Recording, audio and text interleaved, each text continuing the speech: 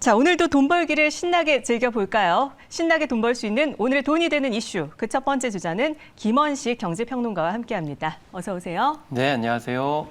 네, 조 바이든 미국 대통령과 케빈 메카시 미국 하원 의장의 부채 한도 협상, 2차 회동에도 극적인 타결은 없었는데요. 다만 메카시 의장이 여전히 의견차가 크다면서 주말에 합의에 이를 수 있다는 희망을 남겼는데 과연 어떤 의견 차이를 보였던 걸까요?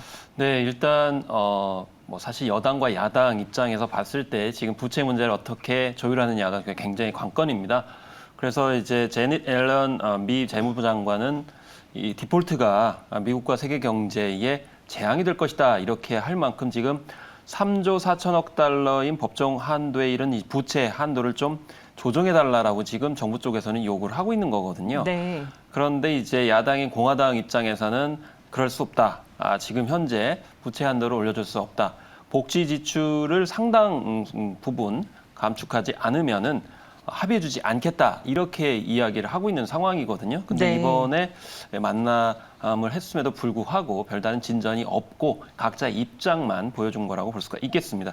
하지만은 이 미국 정치권에서는 메카시 의장이 부채 한도 인상 협상 과정에서 너무 비타협적이다라고 이 공화당 초강경파들을 끌어모으면서 지금 강경하게 나오고 있지만은 중요한 것은 지금 현재 어쨌든지 간에 부채 문제를 해결해야 되는데 네. 그런 부분에 있어서는 현실적인 솔루션이 없는 거 아니냐.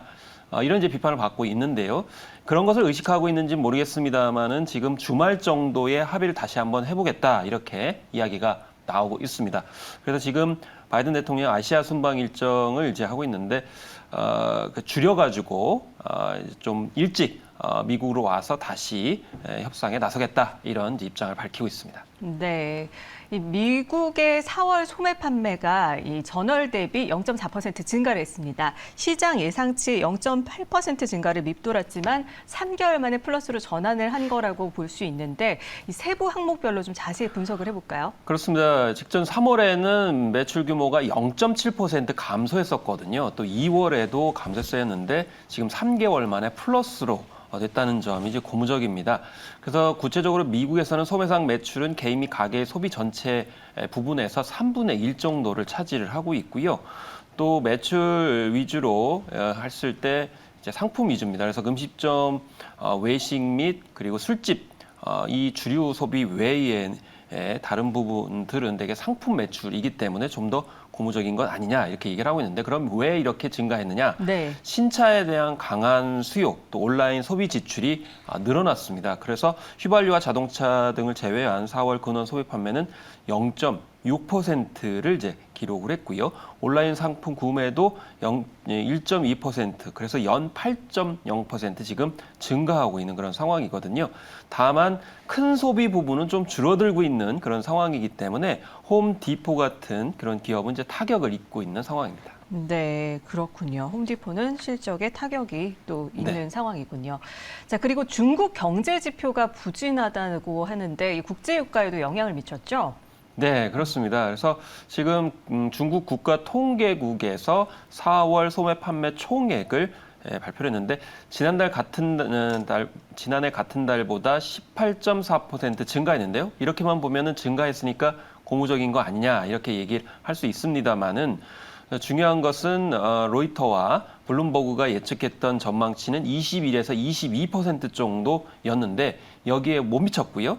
또 전달과 비교하면 소매 판매는 오히려 7.8% 감소했습니다. 네. 경제 활동을 재개했는데 아직도 이 정도 수준이라고 하면은 굉장히 견고하지 못하다.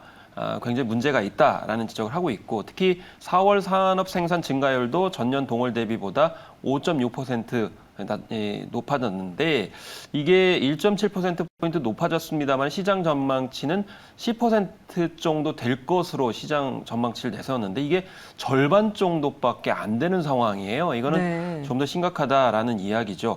더구나 이제 기저에서 그러니까 상하이 봉쇄 시점에서 따져봤을 때 성장은 있지만은 사실 그게 다 산입이 돼 있기 때문에 실제적으로는 효과가 굉장히 덜하다라고 볼 수가 있는 것이죠.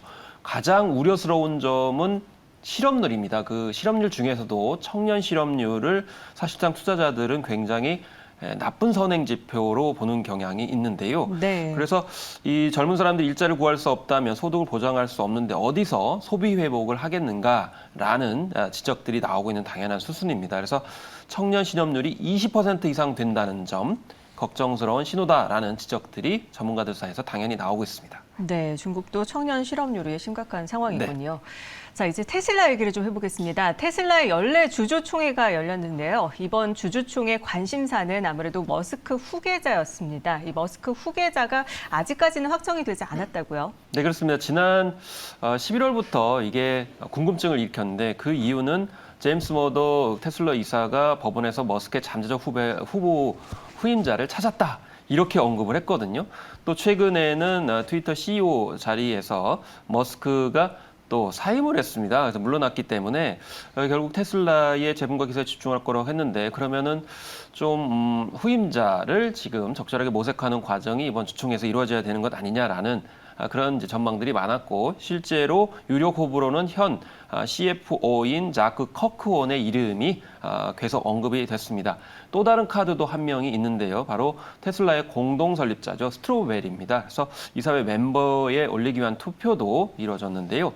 다만 당분간은 머스크가 적극적으로 인공지능을 표방을 한 그런 테슬라의 경영 지향점을 밝혔기 때문에 뭐 후임자와 상관없이 그걸 이제 정한 것과 상관없이 이제 머스크의 그런 경영 방향으로 이제 갈 것이라고 생각할 수가 있겠습니다. 네, 그런가 하면은 이 머스크는 그간에 외면했던 광고도 새롭게 시도하겠다고 밝혔는데요. 이 수요에 대한 압박 때문일까요?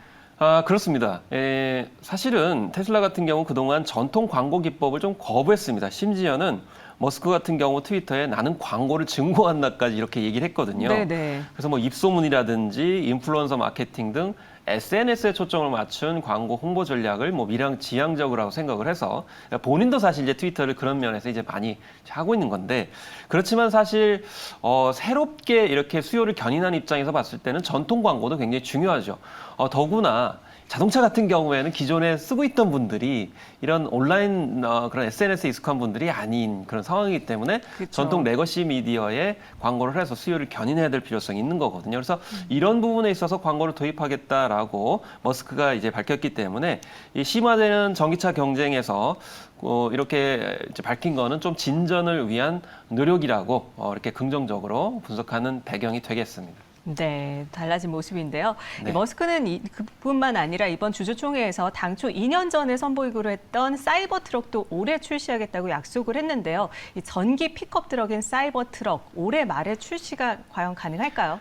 사실 뭐 양치기 소년 비슷하게 된 측면이 있습니다. 네. 이미 2021년에 사이버 트럭을 내놓겠다 이렇게 얘기를 했고 네. 물론 이제 뭐 본인이 의도한 건 아니지만은 이제 차질을 빚어온 것이 사실입니다.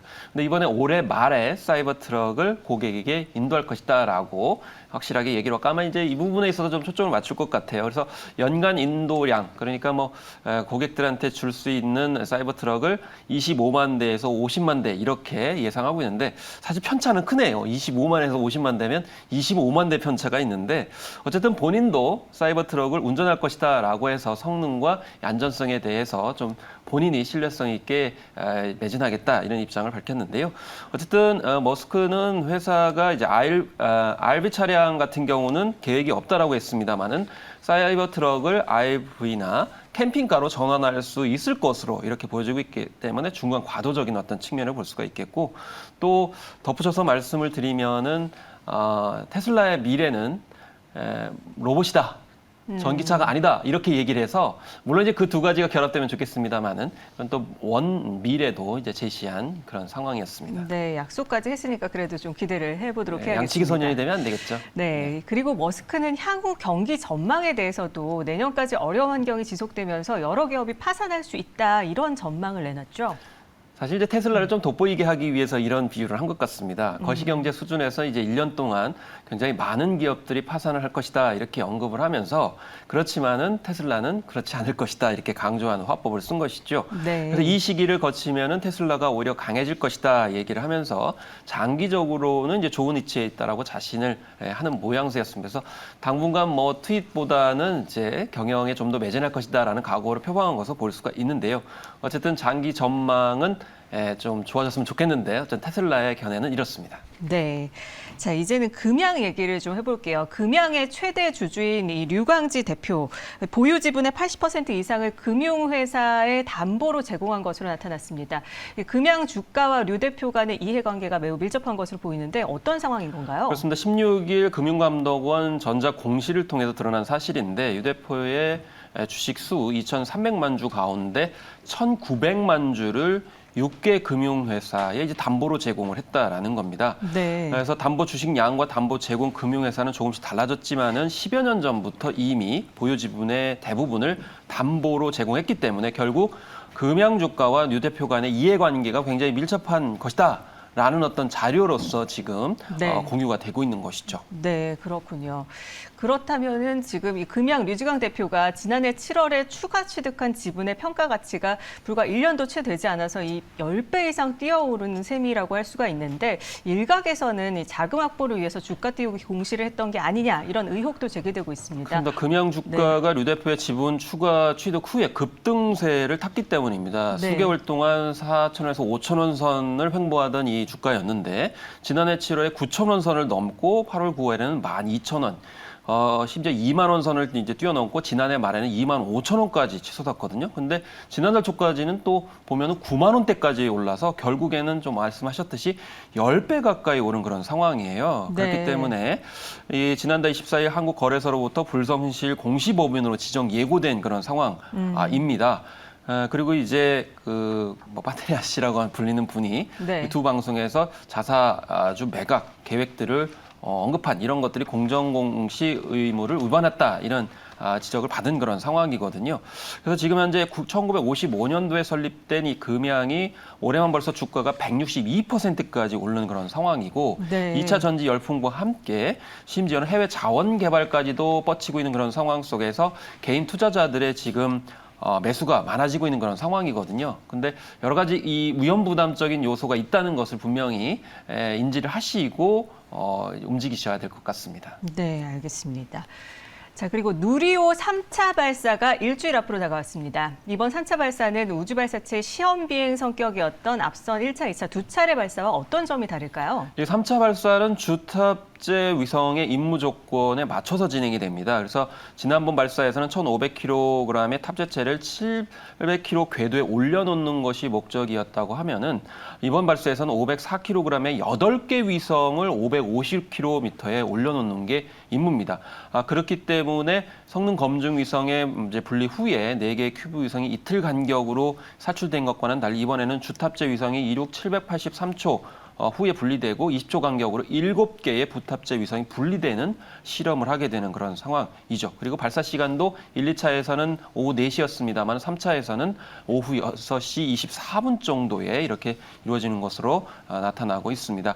그래서 이 한화 에어로스페이스가 참여하고 있기 때문에 이런 점에서 한국형 발사체 고도화 사업의 주관 사업자이기 때문에 이런 점에서 이 한화 에어로스페이스의 또 역량을 한번 입증해 볼 수 있는 굉장히 중요한 시험대이기 때문에 한화 입장에서는 좀 나름 긴장하면서도 포부를 가질 만하다고 생각이 듭니다. 네, 눈여겨봐야 할 텐데 이번 발사가 국내 우주 기업의 해외 진출에도 도움을 줄 수 있을까요? 일단 가장 넓은 역할을 할 수 있는 곳이 루미르 T1인데요. 위성 궤도 위에 방사능량을 측정하고 또 방사능 때문에 생기기 쉬운 오류를 수정하는 능력을 시험을 합니다. 그래서 이거는 이제 후쿠시마 원전 내부 고농도 방사능 환경에도 적용할 수 있기 때문에 일본 진출도 생각을 할 수가 있겠고요. 왜냐하면 방사능 환경을 이겨낼 수 있는 기술, 전자장치가 필요하기 때문이고요. 네. 또 실릴 큐브 위성 2기 같은 경우는 기상 관측 자료를 수집하고 우주용 광학 카메라와 위성 자세 제어 시스템의 기능을 각각 검증을 하기 때문에 이 저스텍이라고 하는 기업이 또 시험대에 오르는 그런 상황입니다. 그리고 우주 쓰레기 기술도 시험대에 오르는 그런 상황이기 때문에 이런 관련 기술을 가지고 있는 기업들이 시험대에 오르게 되겠고 좋은 이제 결과를 보여주게 되면 해외 진출까지도 가능하다라고 볼 수가 있겠습니다. 네, 그리고 최근 가계대출이 다시 들썩이고 있습니다. 맞습니다. 대출 금리가 떨어지는 현상들이 곳곳에서 발견되고는 있지만 여전히 고금리라고 할 수 있는데 영끌 부활 조짐이 보이고 있는 걸까요? 그렇습니다. 아파트 매매량 같은 경우는 2월에 3만 1,000호에서 3월에 3만 5천 호로 증가했습니다. 지난해 네. 말에는 1만 5천 호밖에 안 됐거든요. 전세 거래량 같은 경우도 이 3월에 5만 3천 호였는데 지난해 말에 4만 7천 호보다도 증가를 했습니다. 또 가계대출은 4월 들어서 8개월 연속 감독세에서 2조 3천억 원의 증가세로 전환을 한 그런 상황이거든요. 그렇기 때문에 이런 전반적 흐름을 봤을 때 지금 영끌의 조짐이 보인다라는 진단이 나오고 있는 거고 이제 이런 점이 또 악재로 작용할 수도 있다라는 분석들이 나오는 것이죠. 네, 이 전세를 바탕으로 주택을 구매하는 이른바 갭 투자 가능성도 올라가는 게 아닌가 해서 갭 투자로 사실 전세 피해자들이 증가하고 있는 상황인데 이런 갭 투자 위험성도 높아지는 게 아닐까요? 그렇습니다. 시장 금리가 떨어지고 있지만 여전히 대출 금리는 높다는 점이 작용을 하는 것이죠. 그래서 시장에서는 대출 확대 조짐이 벌써 나타나고 있는 것이고 그런 것이 이제 영끌의 조짐이라고 이제 분석이 되는 겁니다. 주담대 금리는 연 3.84를 기록했고 신용 대출도 5.46이거든요. 2년 전에는 2%대의 금리였습니다. 그렇기 때문에 지금 다수의 대출자들이 코로나19 이전과 비교해서 높은 수준의 금리에서 고정금리 대출을 확대하고 있기 때문에 이런 점은 결국에는 이제 갭 투자를 증가시키고 부동산 연착륙을 어렵게 만들 수 있다라는 점을 지적을 하고 있기 때문에 이 점 좀 주의를 하셔가지고 또 보셔야 되겠습니다. 네, 지금까지 돈이 되는 이슈 김원식 경제평론가와 함께 자세히 살펴봤습니다. 오늘 말씀 고맙습니다. 네, 감사합니다.